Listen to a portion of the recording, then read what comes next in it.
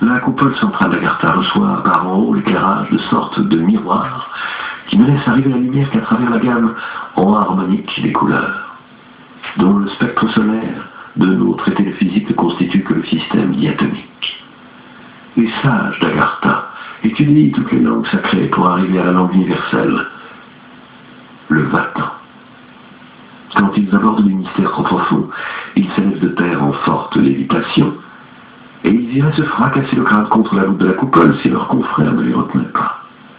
Ils préparent les foudres, orientent les courants cycliques des fluides interpolaires et intertropicaux, les dérivations interférentielles dans les différentes zones de latitude et de longitude de la Terre. Ils sélectionnent les espèces. Ils ont créé des animaux petits mais aux vertus psychiques extraordinaires, avec un dos de tortue, une croix jaune sur le dos et un œil et une bouche aux deux extrémités. Des animaux polypodes qui peuvent se déplacer dans toutes les directions. C'est à Agartha que se sont probablement réfugiés les Templiers après leur dispersion. Et c'est là qu'ils exercent leur tâche de surveillance. Quoi d'autre encore? Mais il parlait sérieusement, demandai-je. Je crois que lui prenait l'histoire à la lettre.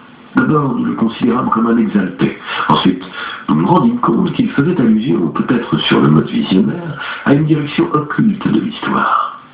Ne dit-on pas que l'histoire est une énigme sanglante et insensée? Ce n'est pas possible. Il doit y avoir un dessein.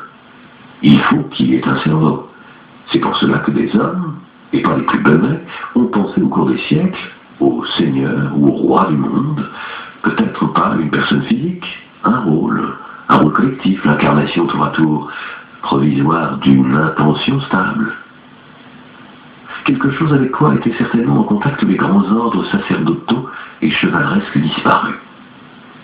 Vous y croyez, vous? Demanda Belbo. Des personnes plus équilibrées que lui cherchent les supérieurs inconnus et les trouvent. Aglier rit presque à part soi avec bonhomie. Quelle espèce de supérieur inconnu serait-il s'il se laissait découvrir par le premier venu? Messieurs, au travail. J'ai encore un manuscrit et, coïncidence, c'est précisément un traité sur les sociétés secrètes. Une bonne chose, demanda Belbo. Je vous le laisse imaginer. Mais, pour les éditions Manuzio, cela pourrait aller. Ne pouvant diriger ouvertement les destinées terrestres, un jour, je vis M. Salon sur le seuil de son atelier. Soudain, entre chien et loup, je m'attendais qu'il poussât le cri de la chouette. Il me salua comme un vieil ami et me demanda comment ça allait là-bas. Je fis un geste vague, lui souris et filai. M'assaillit de nouveau la pensée d'Agartha. De la manière dont me les avait exposées Aglier, les idées de Saint-Yves pouvaient apparaître fascinantes pour un diabolique, mais pas inquiétantes. Et pourtant, dans les paroles et dans le visage de Salon à Munich, j'avais perçu de l'inquiétude. Ainsi, en sortant, je décidai de faire un saut en bibliothèque et de chercher la mission de l'Inde en Europe. Il y avait l'habituel cohue dans la salle des fichiers et au bureau de prêt. En jouant des coudes, je m'emparai du tiroir que je cherchais, trouvai l'indication, remplis la fiche et la passai à l'employé. Il m'informa que le livre était en main et ainsi qu'il arrive dans les bibliothèques, il paraissait en jouir. Mais juste à cet instant, j'entendis une voix dans mon dos. « Permettez, il est bien ici, je viens de le rendre. » Je me retournai, c'était le commissaire De Angelis. Je le reconnus et lui aussi me reconnut. Trop vite, dirais-je. Je l'avais vu en des circonstances qui pour moi étaient exceptionnelles, lui au cours d'une enquête de routine. Par ailleurs, à l'époque d'Ardenti, j'avais une barbiche clairsemée et les cheveux un peu plus longs. Quel œil! M'aurait-il tenu sous contrôle depuis mon retour? Ou sans doute n'était-il qu'un bon physionomiste? Les policiers doivent cultiver l'esprit d'observation, mémoriser les visages et les noms.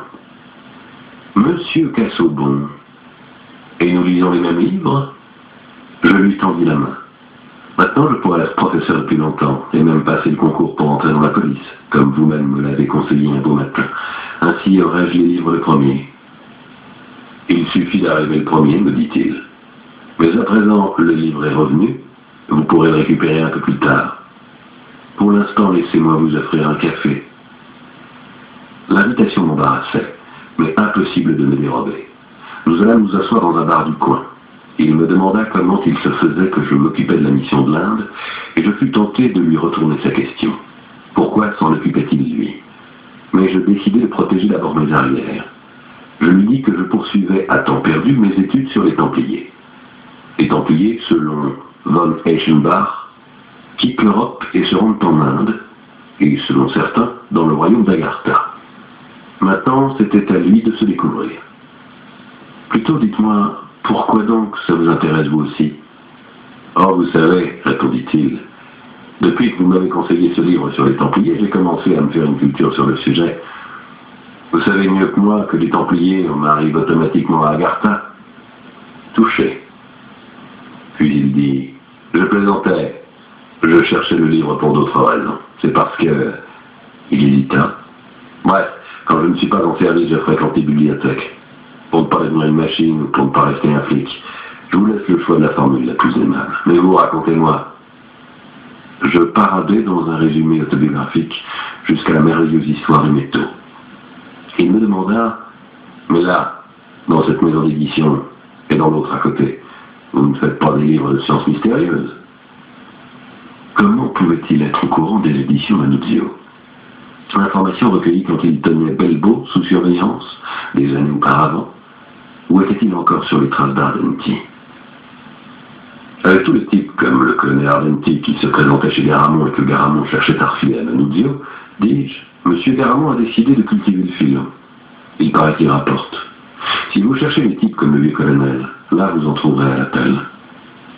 Il dit, ouais, mais Ardenti a disparu. Quant aux autres, j'espère que non. Pas encore. Et j'avais envie de dire, malheureusement. Mais passez-moi une curiosité, commissaire. J'imagine que dans votre métier, il y a des gens qui disparaissent ou pire. Ça vous arrive chaque jour. Vous consacrez à chacun un temps aussi long? Il me regarda d'un air amusé. Et qu'est-ce qui vous fait penser que je consacre encore du temps au colonel Ardenti? Bon, d'accord. Il jouait et il avait relancé. Il me fallait le courage de voir. Et il lui faudrait découvrir ces cartes. Je n'avais rien à perdre.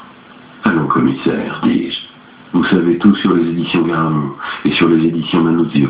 Vous êtes ici pour chercher un livre sur Agartha. Pourquoi, à l'époque, Ardenti vous avez parlé d'Agartha? Touché, de nouveau. En effet, Ardenti nous avait parlé aussi d'Agartha. Si j'avais bonne mémoire, je m'en tirais bien. Non, mais il y avait une histoire sur les Templiers, s'il vous en souvient. Exact, dit-il, puis il ajouta. Et il ne faut pas croire que nous, on suit un cas et un seul tant qu'il n'est pas résolu. Ça n'arrive qu'à la télévision. Être policier, c'est comme être dentiste. Un patient se présente, on lui donne un coup de fraise, on lui met un pansement, il revient 15 jours après, et entre-temps, on suit 100 autres patients. Un cas comme celui du colonel peut moisir dans les archives pendant 10 ans. Et puis, au cours d'une autre enquête, en prenant les aveux d'un clampin quelconque, un indice refait surface. Bang! Court-circuit mental. Et on y repense un certain temps, jusqu'à ce que se déclenche un autre court-circuit. Ou bien plus rien ne se déclenche et bonsoir. Et vous, qu'avez-vous trouvé récemment qui vous a déclenché le court-circuit? Question indélicate, ne pensez-vous pas? Mais, il n'y a pas de mystère, croyez-moi. Le colonel est revenu sur le tapis par hasard. Nous avions à l'œil un mec pour de toute autre raison, et puis nous nous sommes rendus compte qu'il fréquentait le club Picatrix. Vous avez dû en entendre parler? Non. Je connais la revue, mais pas l'association.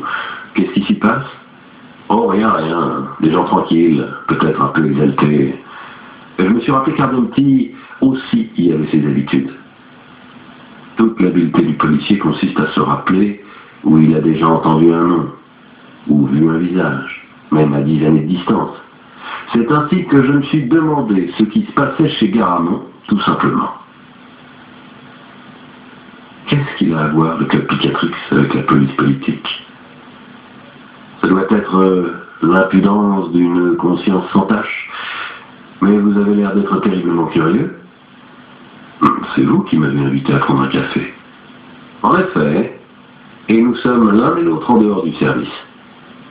Notez bien, d'un certain point de vue, en ce monde, tout a quelque chose à voir avec tout. C'était un beau philosophème hermétique, pensais-je. Mais aussitôt il ajouta: par là, je ne suis pas en train de vous dire que ces gens ont quelque chose à voir avec la politique, mais vous savez, naguère nous allions chercher les brigadistes rouges dans les maisons squattées et les brigadistes noirs dans les clubs d'arts martiaux. Aujourd'hui, on pourrait arriver à l'inverse. Nous vivons dans un monde bizarre. Je vous l'assure, mon métier était plus facile il y a 10 ans. Aujourd'hui, même entre les idéologies, il n'y a plus de religion. Parfois, je voudrais passer au stup. Au moins, là, un qui écoute de l'héroïne, on n'en discute pas. Des valeurs sûres, et ça roule. Et il demeura quelques instants en silence, indécis, je crois. Puis il sortit de sa poche un carnet qui avait l'air d'un livre de messe. Écoutez, Casaubon, vous fréquentez par métier des gens étranges. Et vous allez chercher dans les bibliothèques des livres encore plus étranges. Aidez-moi, que savez-vous de la synarchie? Maintenant, grâce à vous, je vais avoir bonne mine. Presque rien. J'en ai entendu parler à propos de Saint-Yves, et c'est tout. Et qu'est-ce qu'on en dit autour de vous? Si on en parle autour de moi, c'est à mon insu. Ah, franchement parler, pour moi, ça sent le fascisme. Et de fait, beaucoup de ces têtes sont prises par l'action française. Mais si les choses en restaient là, j'aurais le pied à l'étrier. Je trouve un groupe qui parle de synarchie et je réussis à lui donner une couleur. Mais je suis en train de me faire une culture sur ce sujet. Et j'apprends que vers 1929, certains Vivian Postel-Dumas et Jeanne Canudo fondent le groupe Polaris qui s'inspire du mythe d'un roi du monde. Et puis proposent un projet synarchique. Service social contre profit capitaliste, élimination de la culture des classes à travers des systèmes coopératifs, on dirait un socialisme de type Fabian, un mouvement personnaliste et communautaire. Et de fait, aussi bien Polaris que les Fabians irlandais, ils sont accusés d'être les émissaires d'un complot synarchique mené par les Juifs. Et qui les accuse? Une revue internationale des sociétés secrètes, qui parlait d'un complot judéo-maçonnico-bolchevique. Nombre de ses collaborateurs sont liés à une société intégriste de droite, plus secrète encore, la Sapinière. Et ils disent que toutes les organisations politiques révolutionnaires ne sont que la façade d'un complot diabolique, ourdi par un cénacle occultiste. Vous me direz, d'accord, nous nous sommes trompés. Saint-Yves finit par inspirer des groupes réformistes, la droite fait flèche de tout bois, et les voit tous comme des filiations démo plutôt socialo-judaïques. Mussolini aussi faisait comme ça. Mais pourquoi les accuse-t-on d'être dominés par des cénacles occultistes? Pour ce que j'en sais, allez voir le club Picatrix. Ce sont là des gens qui pensent bien peu au mouvement ouvrier. C'est ce qu'il me semble à moi aussi, au Socrate. Et alors? Merci pour le Socrate. Mais voici le plus drôle. Plus je lis sur le sujet, et plus j'ai des idées confuses. Dans les années 40, naissent différents groupes qui disent synarchistes. Et ils parlent d'un nouvel ordre européen guidé par un gouvernement de sages au-dessus des partis. Et où finissent-ils par converger ces groupes? Dans les milieux collaborationnistes de Vichy. Alors vous me dites, nous nous sommes trompés de nouveau, la synarchie est de droite. Halte là! Après avoir tout lu, je me rends compte que sur un seul thème, ils sont tous d'accord. La synarchie existe et gouverne secrètement le monde. Mais là vient le mais.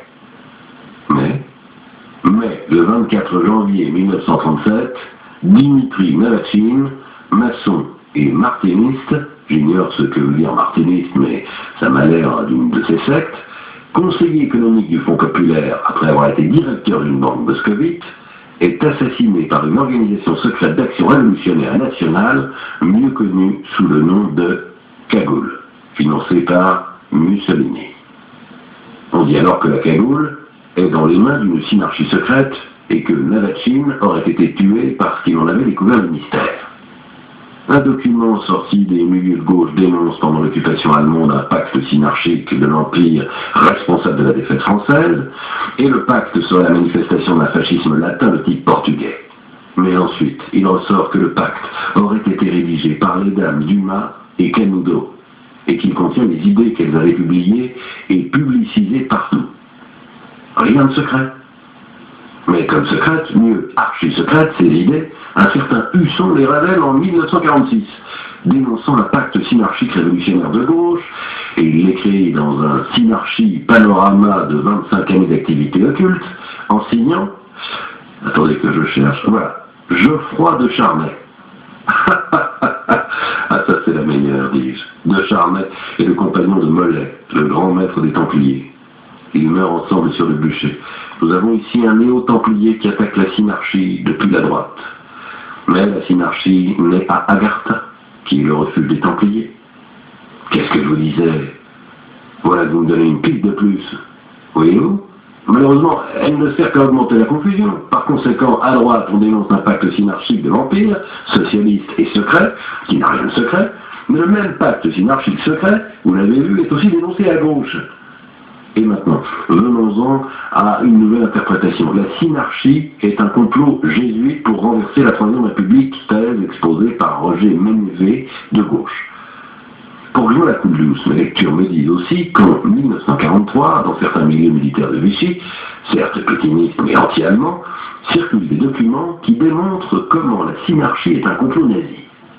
Hitler est un Rose-Croix, influencé par les maçons, lesquels, comme vous voyez ici, passent du complot judéo-bolchevique au complot impérial allemand.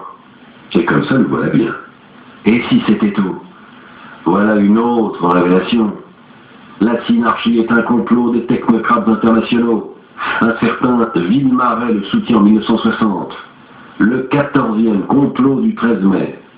Le complot techno-synarchique veut déstabiliser le gouvernement et pour ce faire provoque des guerres, appuie le foment des coups d'État, provoque des scissions internes dans les partis politiques en favorisant les luttes de courant. Vous connaissez ces synarques? Mon Dieu, c'est l'EIM, l'État impérialiste des multinationales, tel qu'en parlait les Brigades Rouges il y a quelques années. Réponse exacte. Et à présent, que fait le commissaire de Angélis s'il trouve quelque part une référence à la synarchie? Je le demande à M. Cassobon, expert est-templier. Moi, je dis qu'il existe une société secrète avec des ramifications dans le monde entier qui complote pour répandre la rumeur qu'il existe un complot universel. Vous plaisantez, mais moi, je ne plaisante pas. Venez lire le manuscrit qui arrive chez Manuzio. Mais si vous voulez une explication plus terre-à-terre, c'est comme l'histoire du bègue qui dit qu'on n'a pas voulu le prendre comme annonceur à la radio parce qu'il n'est pas inscrit au parti. Il faut toujours attribuer à quelqu'un ses propres échecs. Les dictatures trouvent toujours un ennemi extérieur pour unir leurs partisans. Comme disait l'autre, pour chaque problème complexe, il y a une solution simple, et elle est mauvaise. Et si moi, je trouve dans un train une bombe enroulée dans une feuille roméotypée qui parle de synarchie, je me contente de dire que c'est une solution simple pour un problème complexe? Pourquoi? Vous avez trouvé des bombes dans les trains qui... Non, excusez-moi. Vraiment, ça ne devrait pas être mes oignons, mais... Alors pourquoi m'en parlez-vous? Parce que j'espérais que vous en sauriez plus que moi. Parce que peut-être que ça me soulage de voir que vous non plus, vous ne vous y retrouvez plus. Vous dites que vous devez lire trop de fous, et vous le considérez comme une perte de temps. Moi pas. Pour moi, les textes de vos fous, je dis vos, ceux des gens normaux, sont des textes importants. Pour moi, le texte d'un peut expliquer comment raisonne celui qui met la bombe dans le train. Ou vous avez peur de devenir un indique. Non, pas bien là. Au fond, chercher des idées dans les fichiers, c'est mon métier. S'il me vient sous la main le bon renseignement, je me souviendrai de vous. Tandis qu'il se levait, il laissa tomber la dernière question. Et parmi vos manuscrits, vous n'avez jamais trouvé quelques allusions aux tresses? Qu'est-ce que c'est? Je ne sais pas. Ça doit être une association ou quelque chose de ce genre. Je ne sais même pas si ça existe vraiment. J'en ai entendu parler et ça m'est venu à l'esprit à propos des fous. Saluez de ma part votre ami Belbo. Dites-lui que je ne suis pas en train de pister vos faits et gestes. C'est que je fais un sale boulot, et par malheur il me plaît. En revenant chez moi, je me demandais qui avait emporté le morceau. Lui, il m'avait raconté une quantité de choses, moi rien. À être soupçonneux, peut-être m'avait-il soutiré quelque chose sans que je m'en sois rendu compte. Mais à être soupçonneux, on tombe dans la psychose du complot synarchique. Lorsque je racontais l'épisode à Lia, elle dit, à mon avis, il était sincère. Il voulait réellement dire ce qu'il avait sur le cœur. Tu crois qu'à la préfecture de police, tu trouves quelqu'un qui lui prête l'oreille quand il se demande si Jeanne Canudo était de droite ou de gauche? Lui, il voulait simplement comprendre si c'était lui qui ne comprenait pas ou si l'histoire était vraiment trop difficile. Et toi, tu n'as pas su lui donner l'unique réponse vraie? Il y en a une, bien sûr, qu'il n'y a rien à comprendre, que la synarchie, c'est Dieu. Dieu? Oui, l'humanité ne supporte pas la pensée que l'homme est né par hasard, par erreur, seulement parce que 4 atomes insensés se sont tamponnés sur l'autoroute mouillée. Et alors, il faut trouver un complot cosmique, Dieu, les anges ou les diables. La synarchie remplit la même fonction, sur des dimensions plus réduites. Et alors, il fallait que je lui explique que les gens mettent des bombes dans les trains parce qu'ils sont à la recherche de Dieu? Peut-être. Le prince des ténèbres. Nous étions en automne. Un matin, je me rendis via Marchese Gualdi, car il fallait que je demande à M. Garamond l'autorisation pour passer commande à l'étranger des photos couleurs. J'aperçus Aguillier dans le bureau de Mme Grazia, penché sur le fichier des auteurs Manuzio. Je ne le dérangeais pas. J'étais déjà en retard à mon rendez-vous. Notre conversation technique terminée, je demandai à Garamond ce que faisait Aguillier au secrétariat. Lui, c'est un génie, me dit Garamond. C'est un homme d'une pénétration, d'un savoir extraordinaire. L'autre soir, je l'ai emmené dîner avec une poignée de nos auteurs. Et il m'a fait faire excellente figure. Quelle conversation, quel style. Gentilhomme de vieille race, grand seigneur. On en a perdu le moule. Quelle érudition, quelle culture. Je dirais plus, quelle information. Il a raconté des anecdotes savoureuses sur les personnages d'il y a 100 ans, je vous jure. Comme s'il les avait connus en personne. Et savez-vous quelle idée il m'a donnée en revenant chez moi? Au premier regard, il avait aussitôt photographié mes autres. Désormais, il les connaissait mieux que moi. Il m'a dit qu'il ne faut pas attendre que les auteurs pourrisistes des volets arrivent tout seuls. Peine perdue. Et manuscrits à lire. Et puis, on ne sait pas s'ils sont disposés à contribuer aux frais. En revanche, nous avons une mine à exploiter. Le fichier de tous les auteurs Manuzio des 20 dernières années. Vous comprenez? On écrit à ces vieux, glorieux auteurs à nous, ou du moins à ceux qui ont aussi acheté leur rossignol. Et on leur dit, cher monsieur, savez-vous que nous avons lancé une collection sapientiale et traditionnelle de haute spiritualité? Un auteur de votre finesse, ne voudrait-il pas essayer de pénétrer dans cette terra incognita, etc., etc. Un génie, je vous dis. Je crois qu'il nous veut tous avec lui dimanche soir. Il veut nous conduire dans un château, une forteresse, je dirais plus, une splendide villa dans le Turinois. Il paraît qu'il s'y passera des choses extraordinaires, un rite, une célébration, savate, ou quelqu'un fabrique de l'or, ou du vif argent, ou quelque chose de ce genre. Tout un monde à découvrir, mon cher Casaubon. Même si vous savez que j'ai le plus grand respect pour cette science à laquelle vous vous consacrez avec tant de passion, et de plus je suis très très satisfait de votre collaboration, je sais, il y a ce petit réajustement financier dont vous m'avez touché un mot. Je ne l'oublierai pas. Nous en parlerons en son temps. Aguillier m'a dit qu'il y aura aussi cette dame, cette belle dame, peut-être pas une splendeur, mais un type, a quelque chose dans le regard. Cette amie de Belbeau, comment elle s'appelle? Lorenza Pellegrini? Je crois. Il y a quelque chose entre elle et notre Belbeau. Je pense qu'ils sont bons amis. Ah, voilà une réponse de gentilhomme. Parfait, Casaubon. Mais ce n'était pas par curiosité. C'est que moi, pour vous tous, je me sens comme un père et... Laissons à la guerre comme à la guerre. Adieu, cher. Nous avions vraiment un rendez-vous avec Aguillier. Sur les collines du Turinois, me confirma Belbeau. Double rendez-vous. Première partie de la soirée, une fête dans le château d'un Rose-Croix cossu. Et après, Aguillier nous emmènerait à quelques kilomètres de là, où se déroulerait à minuit, bien entendu, un rite druidique sur lequel il avait été très vague. Mais je pensais, ajouta Belbeau, que nous devrions aussi faire le point sur l'histoire des métaux. Et ici, nous sommes toujours trop dérangés. Pourquoi ne partons-nous pas samedi et nous passons 2 jours dans ma vieille maison là-bas? C'est un bel endroit, vous verrez. Les collines valent la peine. Dieu Talévi est d'accord. Et Lorenza vient peut-être. Naturellement, venez avec qui vous voulez. Il ne connaissait pas Lia, et il savait que j'avais une compagne. Je dis que je viendrais seul. L'avant-veille, je m'étais disputé avec Lia, Ça avait été une bêtise et, de fait, tout se serait arrangé en une semaine. Cependant, je sentais le besoin de m'éloigner de Milan pendant 2 jours. Nous arrivâmes ainsi là-bas, le trio Garamond et Lorenza Pellegrini. Il y avait eu un moment de tension au départ. Lorenza s'était trouvée au rendez-vous, mais au moment de monter dans la voiture, elle avait dit « Je vais peut-être rester, moi. Comme ça, vous travaillerez en paix. Je vous rejoins plus tard avec Simon. » Belbo, les mains sur le volant, avait raidi les bras et, en regardant fixement devant lui, dit avec lenteur « Monte ». Lorenza était montée, et pendant tout le voyage, assise devant, elle avait gardé la main sur le cou de Belbo, qui conduisait en silence. L'endroit était encore le gros bourg que Belbo avait connu pendant la guerre. De rares maisons neuves, nous dit-il, une agriculture en déclin, parce que les jeunes s'étaient déplacés vers la ville. Il nous montra certaines collines à présent en pâture qui avaient été autrefois jaunes de blé. Le bourg apparaissait soudain, après un virage, au pied d'une colline, où se trouvait la maison de Belbo.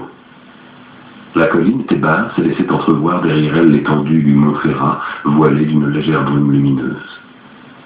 Tandis que nous montions, Belbo nous indiqua une petite colline en face, presque chauve, et à son sommet une chapelle, flanquée de 2 pins.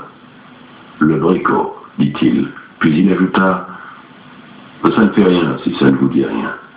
On y emportait le goûter de l'ange, le lundi de Pâques. Maintenant, en voiture, on y arrive en 5 minutes, mais à l'époque, on y allait à pied, et c'était un pèlerinage. » J'appelle théâtre. Nous arrivâmes à la villa. Villa, c'était une façon de parler. Bâtisse de maître, mais qui avait au rez-de-chaussée les grandes caves où Adelino Canepa, le métayer irascible, celui qui avait dénoncé l'oncle aux partisans, faisait le vin des vignobles de la propriété des Covasso. On voyait qu'elle était inhabitée depuis longtemps. Dans une fermette à côté, il y avait encore une vieille, nous dit Belbo, la tante d'Adelino. Les autres étaient désormais morts, tous les deux, oncle et tante. Les Canepa. Il ne restait que la centenaire pour cultiver un petit potager avec 4 poules et un cochon. Les terres étaient parties pour payer les droits de succession, les dettes, et puis qui sait quoi encore. Belbo alla frapper à la porte de la ferme. La vieille s'avança sur le seuil. Elle mit quelque temps à reconnaître le visiteur, puis elle lui fit d'abondantes manifestations de marge. Elle voulait nous faire entrer chez elle, mais Belbo coupa court, après l'avoir embrassée et réconfortée.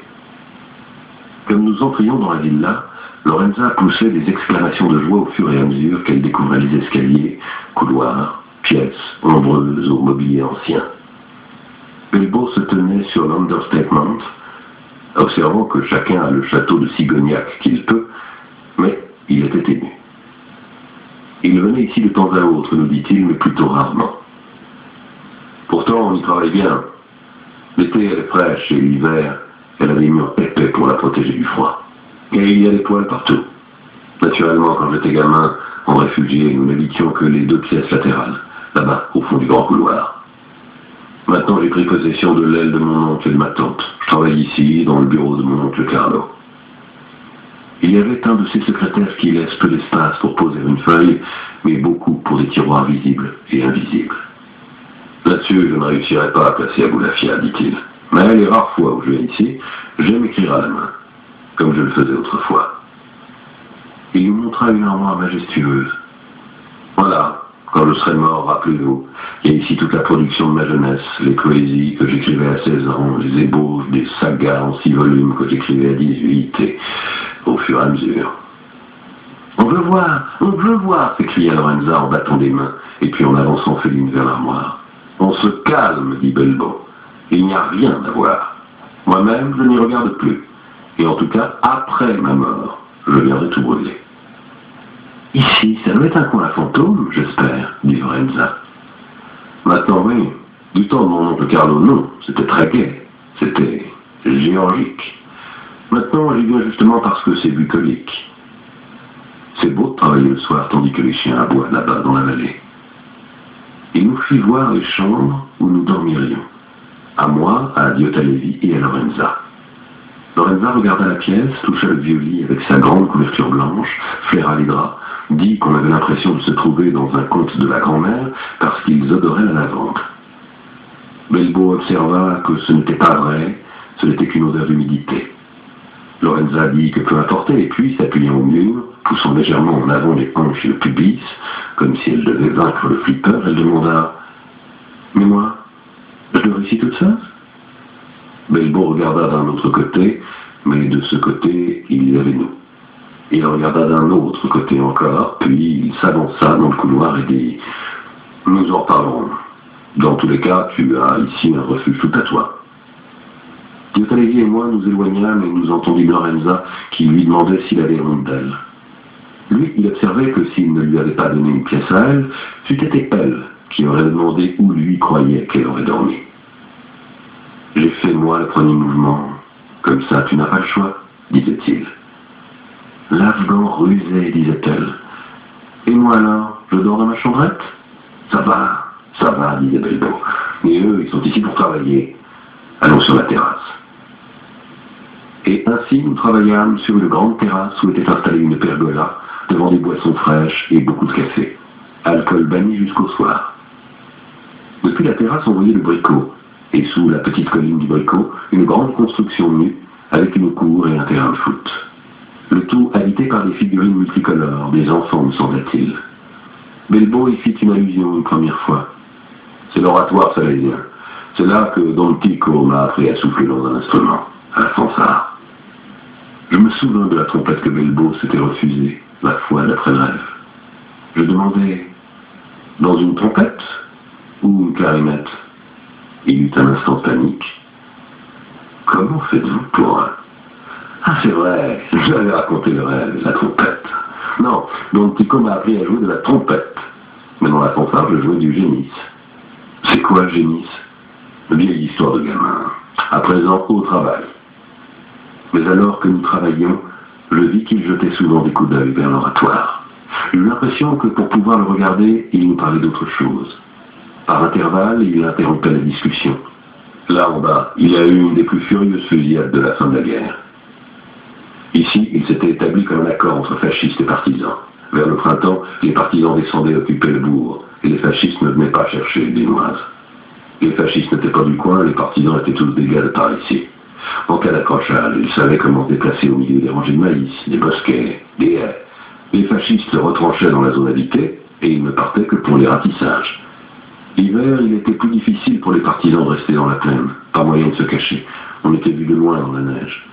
Et avec une mitrailleuse, vous écopiez même à 1 kilomètre. Alors, les partisans montaient sur les collines les plus hautes. Et là, c'était eux de nouveau qui connaissaient les passages, les anfractuosités, les refuges, et les fascistes venaient contrôler la plaine. Mais ce printemps-là, nous étions à la veille de la libération.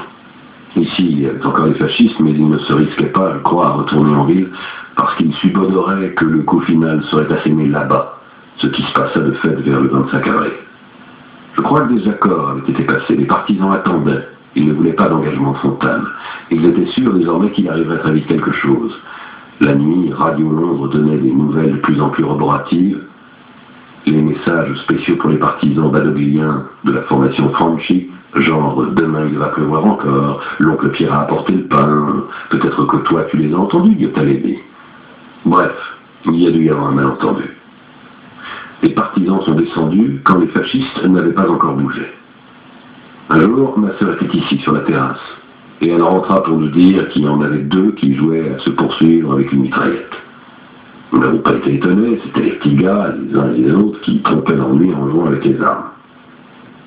Une fois, pour rire, 2 d'entre eux ont réellement tiré, et la balle a été plantée dans le tronc d'un arbre de l'allée où s'appuyait ma sœur.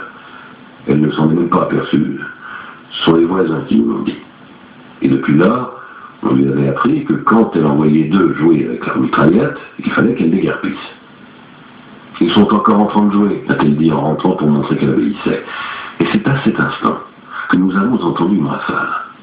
Seulement elle a été suivie par une 2e, par une 3e, puis les rafales se multipliaient, on entendait les coups secs des mousquets, le ta-ta-ta-ta des mitraillettes, quelques coups plus sourds, sans doute des grenades, et enfin la mitrailleuse. Nous avons compris qu'ils ne jouaient plus. Mais nous n'avons pas eu le temps d'en discuter, parce que maintenant nous n'entendions plus nos voix. Bing, bong, bang, ratatata. Nous nous sommes blottis sous l'évier, maman, ma sœur et moi. Puis est arrivé l'oncle Carlo, à 4 pattes le long du couloir. pour dire que de notre côté nous étions trop exposés et qu'il fallait les rejoindre. Nous nous sommes déplacés vers l'autre aile, où ma tante Catherine a pleuré parce que ma grand-mère était dehors. C'est quand votre grand-mère s'est trouvée allongée dans un champ, face contre terre, prise entre deux feux. Et ça, comment le savez-vous? Vous m'avez raconté en 73, le lendemain de la manif. Dieu, quelle mémoire. Avec vous, il faut faire attention à ce qu'on dit. Oui, mais mon père était aussi dehors. Comme nous l'avons su après, il était dans le centre, il s'était protégé sous une porte cochère et il ne pouvait pas sortir car les autres faisaient du tir à la cible d'un bout à l'autre de la rue. Et du haut de la tour de la mairie, une poignée de brigades noires balayait la place avec la mitrailleuse. Sous la porte cochère, il y avait aussi l'ex-podestat fasciste. À un moment donné, il a dit qu'il réussirait à courir chez lui. Il n'avait qu'à tourner l'ange. Il a attendu un peu en silence, il s'est précipité hors de la porte cochère, a atteint l'ange et il a été fauché dans le dos par la mitrailleuse de la mairie. La réaction émotive de mon père, qui s'était déjà tapé la Première Guerre mondiale, a été « mieux vaut rester sous la porte cochère ». C'est là un endroit plein de bien doux souvenirs, observa Guetta Lévy. Je n'y croirais pas, dit Belbo. Mais ils sont très doux. Et ils sont l'unique chose vraie que je me rappelle. Les autres ne comprirent pas. Moi, je devinais. Et à présent, je sais. Surtout pendant ces mois où il naviguait au milieu du mensonge des diaboliques, et des années après qu'il avait pensé sa désillusion de mensonge romanesque, les jours de son passé lui apparaissaient dans sa mémoire comme un monde où une balle est une balle, où tu l'esquives, où tu la chopes, et les deux parties se détachaient nettement l'une en face de l'autre, repérables à leur couleur, le rouge et le noir, ou le kaki et le gris vert, sans équivoque. Ou du moins, c'est ce qui lui semblait alors. Un mort était un mort, était un mort, était un mort. Non pas comme le colonel Ardenti, visqueusement disparu. Je pensais qu'il fallait peut-être lui parler de la synarchie, qui déjà était rampante en ces années-là. N'avait-elle peut-être pas été synarchique la rencontre entre son oncle Carlo et Terzi? L'un et l'autre poussés sur des fronts opposés par le même idéal chevaleresque. Mais pourquoi enlever à Belbo son Combray? Ses souvenirs étaient doux parce qu'il lui parlait de l'unique vérité qu'il avait connue. Et après seulement avait commencé le doute.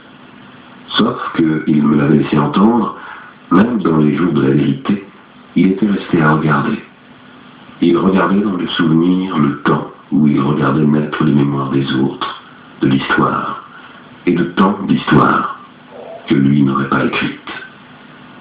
Ou bien y avait-il eu un moment de gloire et de choix, parce qu'il dit « Et puis ce jour-là, je fis l'acte d'héroïsme de ma vie. » « Mon John Wayne à moi, dit Lorenza. « Dis-moi. » « Oh, rien.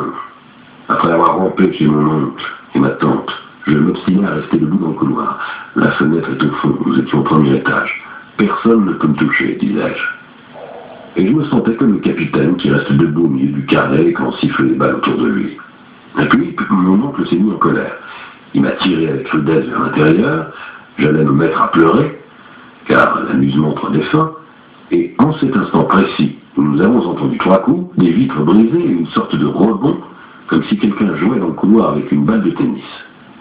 Un projectile était entré par la fenêtre, avait touché un tuyau d'eau et ricoché, allant se planter en bas, juste à l'endroit où je me trouvais moi un instant avant.